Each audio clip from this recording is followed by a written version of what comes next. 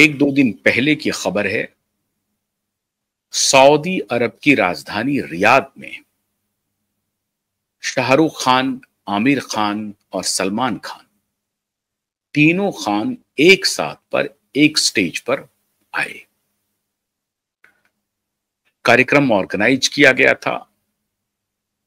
कहा गया कि सऊदी अरब के प्रिंस के तरफ से यह ग्रीन सिग्नल था और हैप्पी मोमेंट, खुशनुमा माहौल बनाने के लिए सऊदी अरब के प्रिंस की भी अनुमति थी कि तीनों खान को बुलाया जाए। तीनों खान सऊदी अरब पहुंच गए और रियाद में एक मंच पर आए और तीनों ने एक दूसरे की तारीफ में कसीदे कढ़े।